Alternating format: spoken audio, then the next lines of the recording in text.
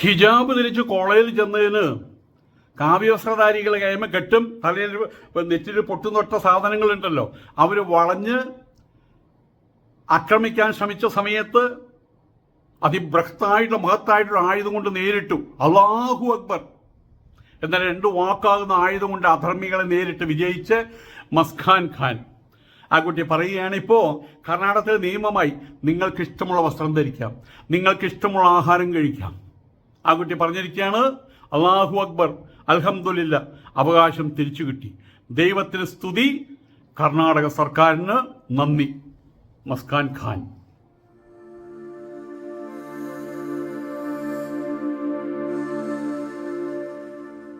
നമസ്കാരം.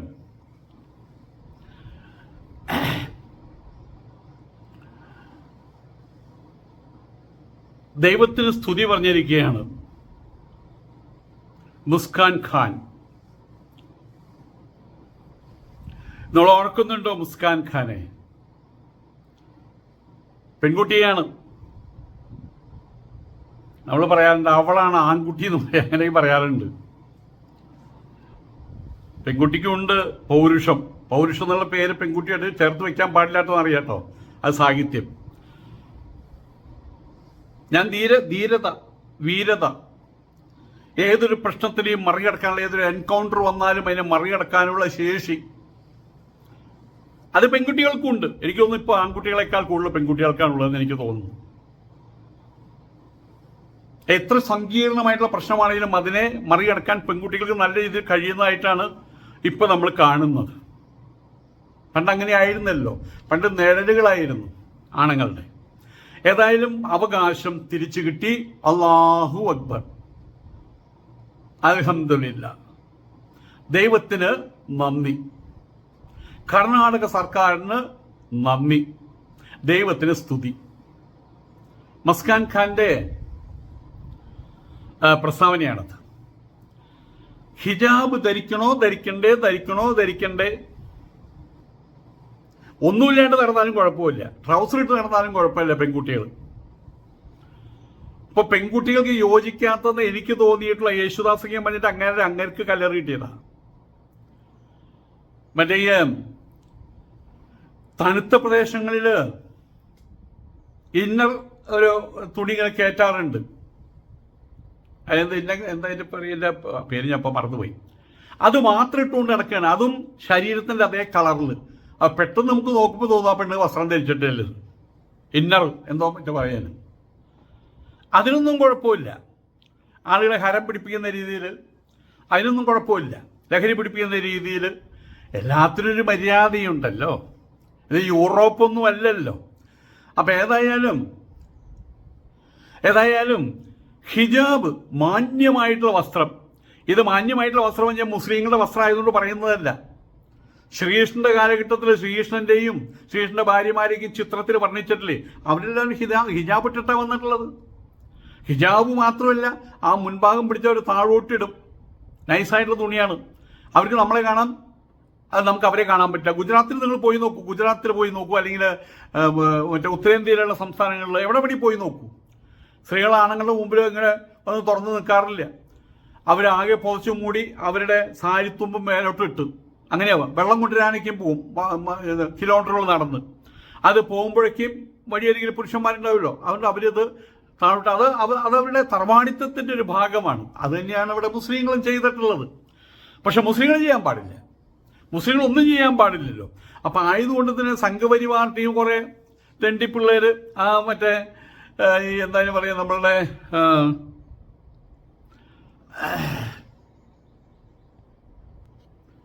കർണാടകത്തില് ഒരു കോളേജില് ഈ മുസ്കാൻ ഖാൻ എന്ന് പറഞ്ഞ കുട്ടി ഈ ഹിജാബും ധരിച്ചു വന്ന സമയത്ത് അവരവിടെ നിന്ന് വന്നു ഈ കുട്ടിയെ ഭീഷണിപ്പെടുത്താൻ നോക്കി. ഈ കുട്ടിയുടെ മെക്കെട്ട് കയറാൻ നോക്കി. ആ കുട്ടി ഒറ്റയ്ക്ക് പറഞ്ഞു, അല്ലാഹു അക്ബർ, അല്ലാഹു അക്ബർ, അല്ലാഹു അക്ബർ, അല്ലാഹു അക്ബർ എന്ന് തുടരെ വിളിച്ചുകൊണ്ട് അവരെ ഓടിച്ചു. അവരെ എല്ലാവരെയും ആട്ടി ഓടിച്ചു. അവിടെയുള്ള മാഷുമാരും എല്ലാവരും വന്ന് ആ കുട്ടിയെ സമാധാനപ്പെടുത്തി. അത് ലോകം മുഴുവൻ കണ്ടതാണ്.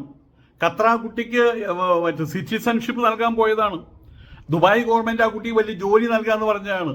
ആ കുട്ടി അതിന് വഴങ്ങിയില്ല. കാരണം എന്തിനാണ് ഇവിടുന്ന് ഓടിച്ചാടി പോകുന്നത്? ഭാരതത്തിൽ തന്നെ നിൽക്കുന്നതന്നെ ആ കുട്ടി പറഞ്ഞത്. ഏതായാലും ഇപ്പൊ നിയമമായിരിക്കുകയാണ്. അവിടെ ഇപ്പോൾ സിദ്ധരാമയ്യ വന്നു, DK ശിവകുമാർ വന്നു. നിങ്ങൾക്ക് ഇഷ്ടമുള്ള വസ്ത്രം നിങ്ങൾ ധരിച്ചോളൂ. വസ്ത്രം ധരിക്കാതിരിക്കുക, ഞങ്ങളുടെ ആഗ്രഹം വസ്ത്രം ധരിക്കാതിരിക്കുന്നതാണ്. അത് ഞങ്ങൾ സമ്മതിക്കില്ല. വസ്ത്രം ധരിക്കണമെന്നുള്ള ആഗ്രഹം മിതമായിട്ടുള്ള ആഗ്രഹമാണ്, നല്ല ആഗ്രഹമാണ്. നിങ്ങൾ ഇഷ്ടമുള്ള വസ്ത്രം ധരിച്ചോളൂ. നിങ്ങളൊരു ഷർട്ട് ഇട്ടോളൂ, ഷർട്ടിൻ്റെ മേലെ ബനിയൻ ഇട്ടോളൂ, അതിൻ്റെ മേലെ ജാക്കറ്റ് ഇട്ടോളൂ, അതിൻ്റെ മേലെ ഓവർ കോട്ട് ഇട്ടോളൂ, സ്വെറ്റർ ഇട്ടോളൂ, തലയിൽ തൊപ്പി വെച്ചോളൂ. അതൊക്കെ നിങ്ങളുടെ ഇഷ്ടമാണത്. അതിവിടെ ഒരു കൂട്ടം ആൾക്കാർ പറഞ്ഞ പോലെ നിങ്ങൾ അങ്ങനെ ചെയ്യണം, നിങ്ങൾ ഇങ്ങനെ ചെയ്യണം, നിങ്ങൾ ഇങ്ങനെ സംസാരിക്കാൻ പാടുള്ളൂ, നിങ്ങൾ ഇന്ന ഡ്രസ്സ് ഇടാൻ പാടുള്ളൂ, ഇന്നതേ നിങ്ങൾ ചവച്ചിറക്കാൻ പാടുള്ളൂ എന്ന് പറയുന്ന തെമ്മാടിത്തരത്തിന് കൂട്ടി നിൽക്കാൻ കർണാടക സർക്കാർ തയ്യാറല്ലെന്ന് അവർ നേരത്തെ പ്രഖ്യാപിച്ചതാണ്. ജയിക്കുമ്പോൾ തന്നെ പ്രഖ്യാപിച്ചതാണ്. ഇപ്പം അത് നിയമമാക്കിയിരിക്കുകയാണ്. കഴുത്തിൽ കാവി ഷാളറിഞ്ഞ് കുറെ കാവിക്കൊടികൾ ഉയർത്തിയിട്ട് കാവി നിറത്തിൻ്റെ ഒരു പ്രത്യേകത. ഇവിടെ പിള്ളേർ പറയും തൻ്റെ കാഷായ വസ്ത്രം ഉരുവയ്ക്കാൻ. ഈ ജന്തു പിള്ളേരോട് പറയാൻ ഈ കാഷായ വസ്ത്രം, ഇവിടെ സന്യാസിമാർക്ക് കാഷായ വസ്ത്രം ഉണ്ടാക്കിയ വെള്ളവസ്ത്രമായിരുന്നു. പക്ഷെ അവർക്ക് വീടും കുടുംബമില്ല. അവർ തരിമൂല നിവാസികളാണ്. അവർ വഴിയിൽ കിടന്നുറങ്ങുന്നവരാണ്. അങ്ങനെ വെള്ളവസ്ത്രം കാവ്യ വസ്ത്രം ആയതാണത്. പക്ഷെ അവർക്ക് ഈ സമൂഹത്തിൽ നിലയും വരെയുള്ളത് കൊണ്ട് എന്തുണ്ടായിരുന്നു?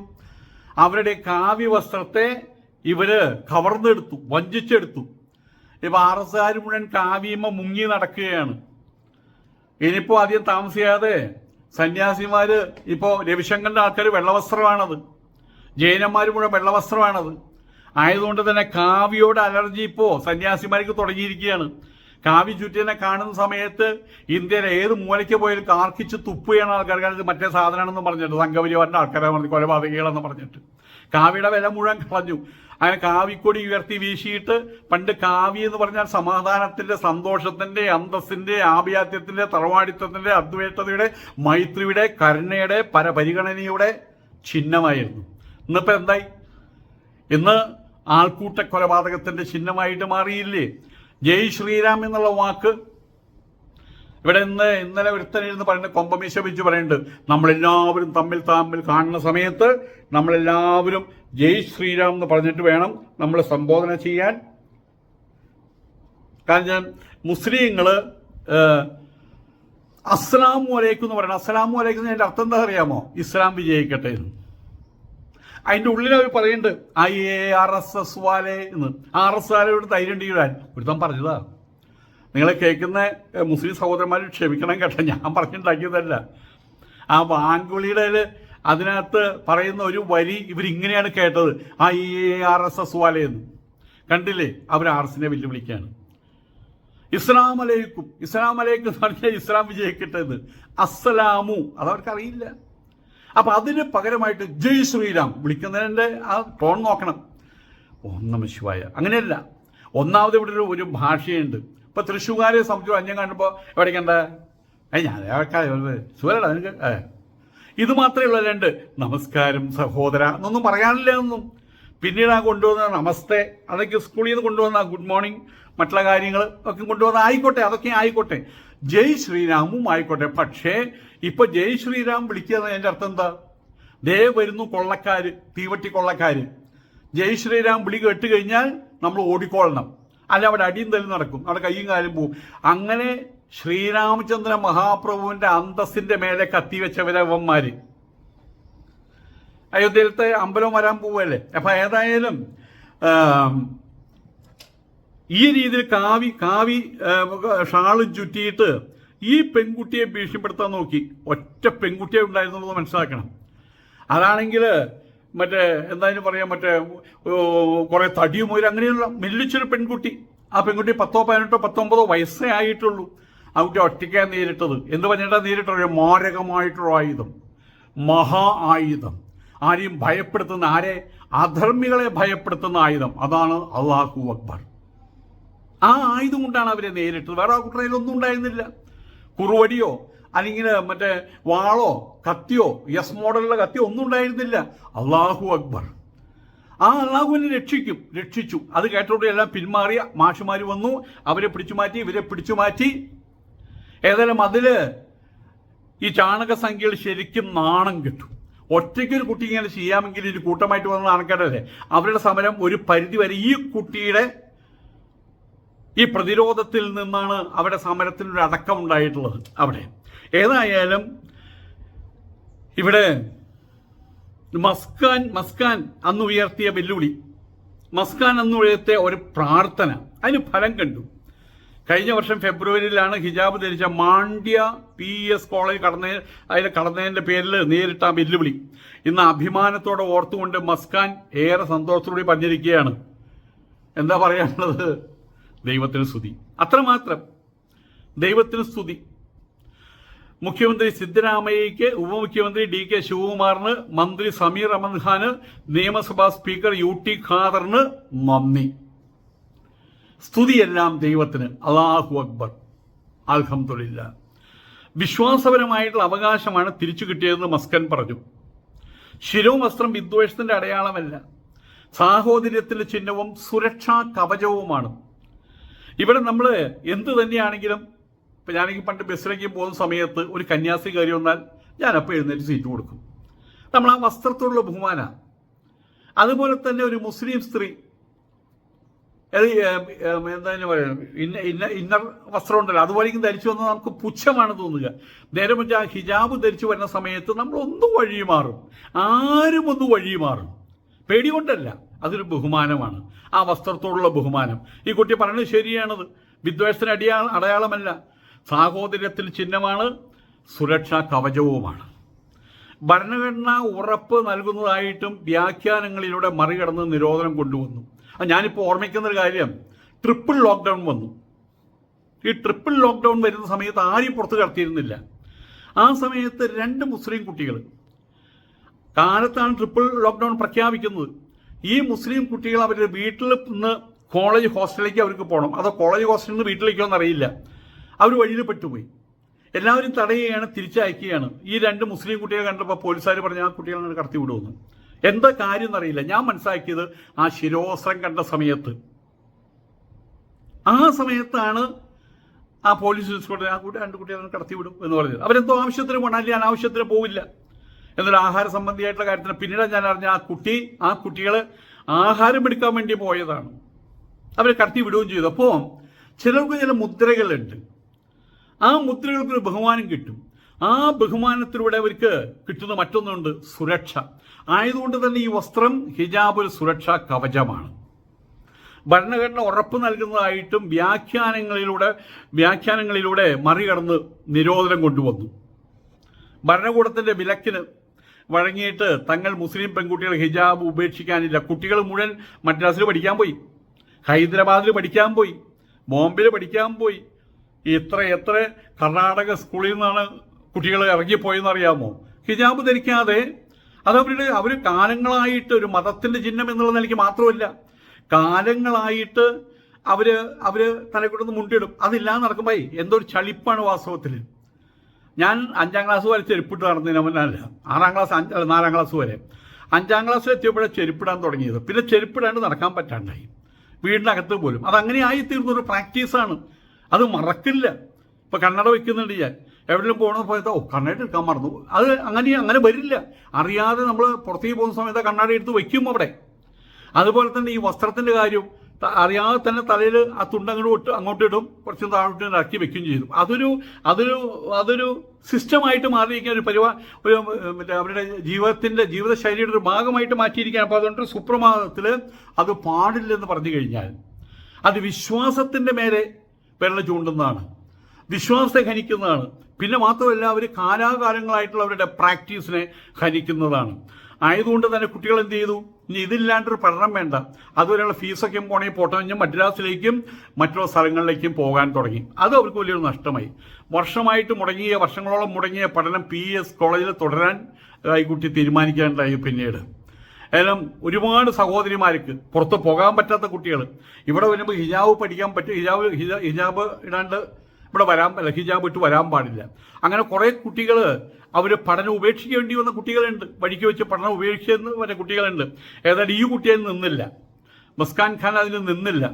ഏതായാലും ഒരിക്കൽ കൂടി കാമ്പസ് സഹോദരി സഹോദരന്മാരെയും ഓർമ്മപ്പെടുത്താനുള്ളത്, ശിരോവസ്ത്രം ഒരു രാഷ്ട്രീയ വിഷയമല്ല. അത് കൃത്യമായിട്ടും ഒരു വിശ്വാസത്തിന്റെ കാര്യമാണ്. അതിന്റെ മേലെ തൊട്ട് കളിക്കുന്നത് നിങ്ങളുടെ തന്നെ അന്തസ്സ് കളയുകയേ ഉള്ളൂ. ഹിജാബ് വിരുദ്ധ പ്രചാരണവും പ്രക്ഷോഭവും ശക്തമായിട്ടുള്ള വേളയിൽ അസൈൻമെന്റ് സമർപ്പിക്കാൻ വേണ്ടിയാണ് താനെന്ന് കോളേജിൽ പോയതെന്ന് മസ്കാൻ ഖാൻ പറഞ്ഞു.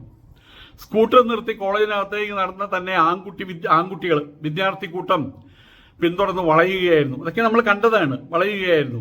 അവർക്ക് ആവേശവും പിന്തുണയുമായി പുറത്ത് മുതിർന്നവരെയും കാണാൻ മുതിർന്ന ആൾക്കാരുണ്ട്, മൂത്ത സംഖ്യകളുണ്ട്, നരച്ച സംഖ്യകളുണ്ട്, കുഴിയിൽ കാലി നീട്ടിയിരിക്കുന്ന സംഖ്യകളുണ്ട്. പിന്തുണയായിട്ട് പുറത്ത് മുതിർന്നവരെയും കാണാനായി. സാധാരണഗതിയിലായിട്ടൊരു പെൺകുട്ടി എന്താ ചെയ്യുക? അയ്യോ ഓടി രക്ഷപ്പെടാം. അതല്ല ഉണ്ടായത്. ആ കുട്ടി നിലവിളിച്ചത്, ആ കുട്ടി ഉറക്കെ ശബ്ദിച്ചത് അല്ലാഹു അക്ബർ എന്ന് പറഞ്ഞിട്ടാണ്. അതേ വരൂ, അതേ ശീലിച്ചിട്ടുള്ളൂ. ദുഃഖം വന്നാലും അല്ലാഹു അക്ബർ, സന്തോഷം വന്നാലും അല്ലാഹുവേ സ്തുതി, അല്ലാഹു. അതാ കുട്ടി ശീലിച്ചിട്ട്, അല്ലാതെ തെറി പറയാൻ ശീലിച്ചിട്ടില്ല. 3 വെടിയേറ്റ സമയത്തും ഹേറാം എന്ന് പറഞ്ഞ് വീണത് അദ്ദേഹം അതേ ശീലിച്ചിട്ടുള്ളൂ. മഹാത്മജി അതേ ശീലിച്ചിട്ടുള്ളൂ. പിടിക്കവനെ, എന്നെ വെടിവെച്ചവനെ പിടിക്കുക എന്ന് പറയാൻ ആ നാക്ക് പൊന്തുന്നില്ല, ആ കണ്ടെത്തുന്ന ആ ശബ്ദം വരില്ല. അതുപോലെ തന്നെ ഇവിടുത്തെ നല്ലൊരു മുസ്ലിം കുട്ടിയാണെങ്കിൽ, നല്ലൊരു മുസൽമാനാണെങ്കിൽ ഒരു വെടിയേറ്റാലും അവൻ പറയും അല്ലാഹു അക്ബർ. അത് തന്നെയാണ് ഇപ്പം ഇവിടെയും അത് തന്നെയാണ് സംഭവിച്ചത്. ഇന്നിപ്പോൾ നമ്മൾ ഗാസയിൽ നിന്ന് കേൾക്കുന്ന അതാണ്, അല്ലാഹു അക്ബർ. അതിന് ഫലവും ഉണ്ടാകുന്നുണ്ട്. ഏതായാലും ഈ കുട്ടിയുടെ പ്രാർത്ഥന, ആ വിളി എത്തേണ്ടിടത്ത് എത്തി. ഏതായാലും ദൈവത്തിന്റെ കൽപ്പന അനുസരിച്ച് തനിക്കെതിരെ ഉയർന്ന കൈകളും ശബ്ദങ്ങളും ദൈവത്തിന്റെ ശക്തിയെ വാഴ്ത്തി നേരിടുകയാണ് താനന്ന് ചെയ്തത്. ഇപ്പോൾ ആ കാര്യം, ആ പ്രാർത്ഥന, എന്ത് പ്രാർത്ഥന അവിടെ ഉണ്ടായിരുന്നത്? ഇത്തരം കാര്യങ്ങൾ ഇനി അനുവർത്തിക്കാതിരിക്കണേ, ഹിജാബ് ഇട്ട് പോകാൻ, തന്റെ വിശ്വാസം സംരക്ഷിക്കാൻ തനിക്ക് കഴിയണമെന്നുള്ള പ്രാർത്ഥന. അതിപ്പോൾ നിയമത്തിന്റെ രൂപത്തിലും ആക്കിയിരിക്കുകയാണ് ദൈവം. അവിടെ നിയമം വന്നിരിക്കുകയാണ്. നിങ്ങൾക്ക് ഇഷ്ടമുള്ള ആഹാരം നിങ്ങൾ കഴിച്ചോളൂ, നിങ്ങൾക്ക് ഇഷ്ടമുള്ള വസ്ത്രം നിങ്ങൾ ധരിച്ചോളൂ. പക്ഷെ നമ്മളുടെ സമൂഹത്തിനൊരു മാനദണ്ഡമുണ്ട്. വസ്ത്രം ധരിക്കാതെ ട്രൗസർ ഇട്ട് ഷെഡ് ഇട്ടിട്ട് പോകാൻ പറ്റില്ല. ജസ്റ്റിസ് ഭഗവതി ഒരിക്കൽ എൻ്റെ മുമ്പിലിരിക്കുന്ന ബെഞ്ച് കളക്ഷനോട് പറഞ്ഞു, കോടതി പിരിയുന്ന സമയത്ത് ആ ഡ്രസ്സിലൊന്ന് സൂക്ഷിക്കണം കേട്ടോ എന്ന് ഒരു പെൺകുട്ടിയോട്. ആ പെൺകുട്ടി അതപ്പം തന്നെ എന്താ ഹാഫ് ഫ്രോക്കോ മറ്റോട്ടുണ്ടായിരുന്നു. അപ്പം അത് വാർത്തയായിട്ട് വന്നതാണ്, ചെറിയ വാർത്തയായിട്ട് വന്നതാണ്. ആയതുകൊണ്ട് തന്നെ മുഖ്യ ജീവിതധാരയിൽ പങ്കുകൊള്ളാൻ വേണ്ടുന്ന ആവശ്യമായിട്ടുള്ള വസ്ത്രങ്ങൾ അത് ആർക്കും ധരിക്കാം, ഏത് നിറത്തിലും ധരിക്കാം. തലയിൽ മുണ്ടിടാം, മുണ്ടിടാതിരിക്കാം, കഴുത്തിൽ ഷാൾ ഇടാം, ഇടാതിരിക്കാം. ഏതായാലും അങ്ങനെ ഒരു നിയമം വന്നിരിക്കുകയാണ് കർണാടകത്തിൽ. ആ നിയമം വരുന്നതിന് പ്രചോദനമായത് മസ്കാൻ ഖാന്റെ സമരം കൂടിയാണെന്ന് ഓർക്കുക. അല്ലാഹു അക്ബർ, അല്ലാഹുവിന് സ്തുതി, അൽഹംദുലില്ലാഹ്. നമസ്കാരം.